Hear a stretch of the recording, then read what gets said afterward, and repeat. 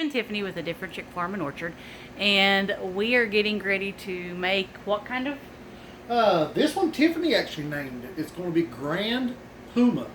We're going to start fermenting the peppers. So we're going to show you what we do on the fermentation here. This will be a brine fermentation. We're going to show you what we do here, and we'll bring you back for another video later, and we'll show you how this one turns out.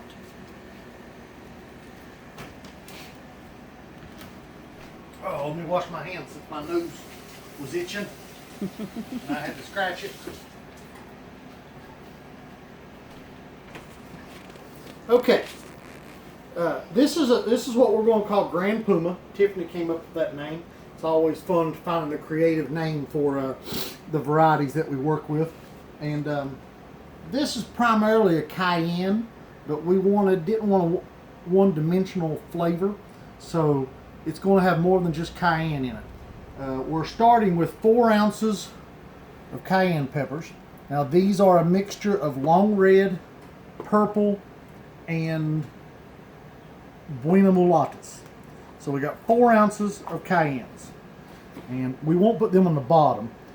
We're just using a wide mouth pint mason jar.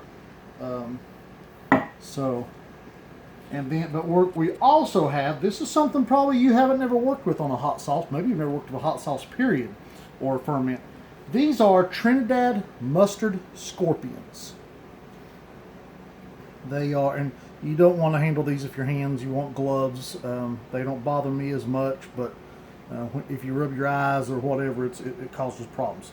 So we're going to start with those in the bottom. Now, when we ferment, sometimes we do it with onions. Sometimes we'll do this with garlic, all different things. This particular one, we're just going to do straight up peppers. And after the fermentation, we're going to add what we're going to add to it, whether we add onion powder or garlic powder or cardamom. We'll add that at the end and season it to our taste. So anyway, there's our Trinidad mustard scorpions. And then this is our Pimenta Puma.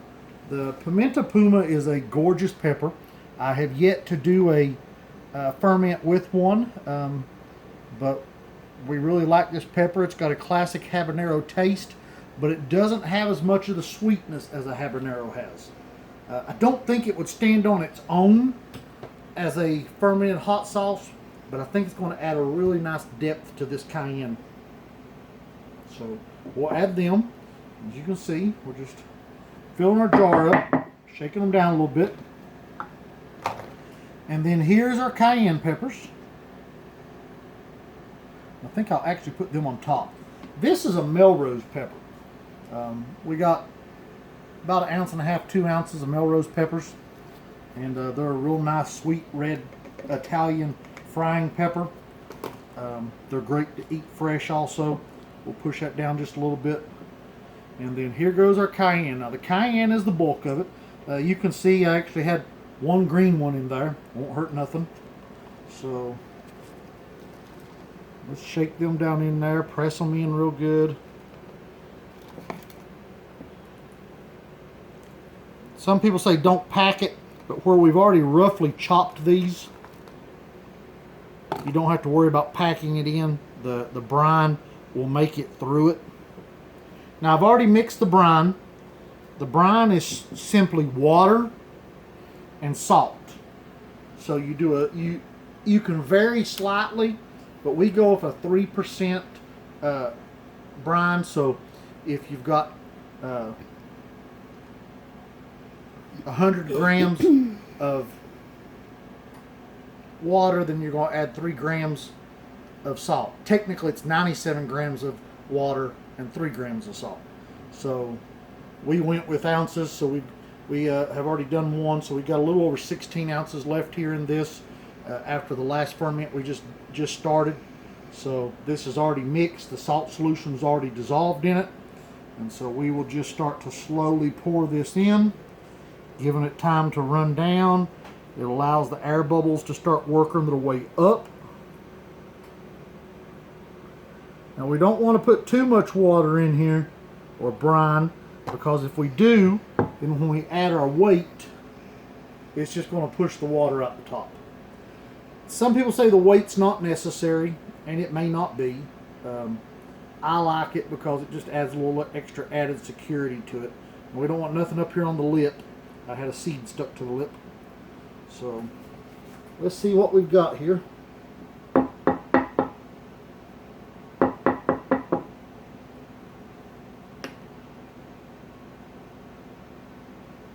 And as always, I end up with more water in there than I should have. Easy fix.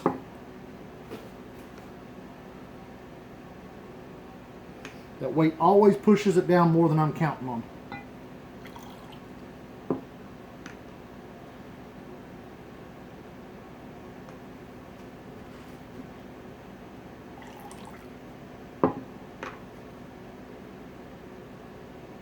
Almost.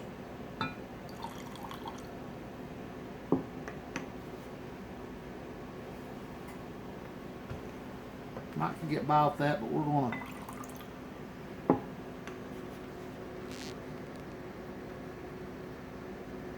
pretty good. There we go. Alright, now we've got several different fermenting lids.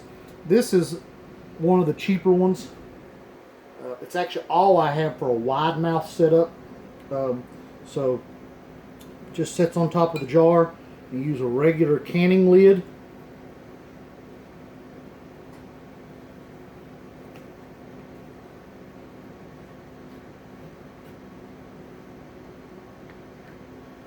We've got the bubblers and several different ones, but these work well. We've actually done a couple of 12-month ferments with these and had great results. We actually did what, 4 12-month ferments, Tiffany, and 3 of them made it and 1 didn't. Is that Yep. what it was? So, and the other one probably was more our fault than anything, but that works well. So let me move this aside. I want to show you. This is a bottled hot sauce that we just.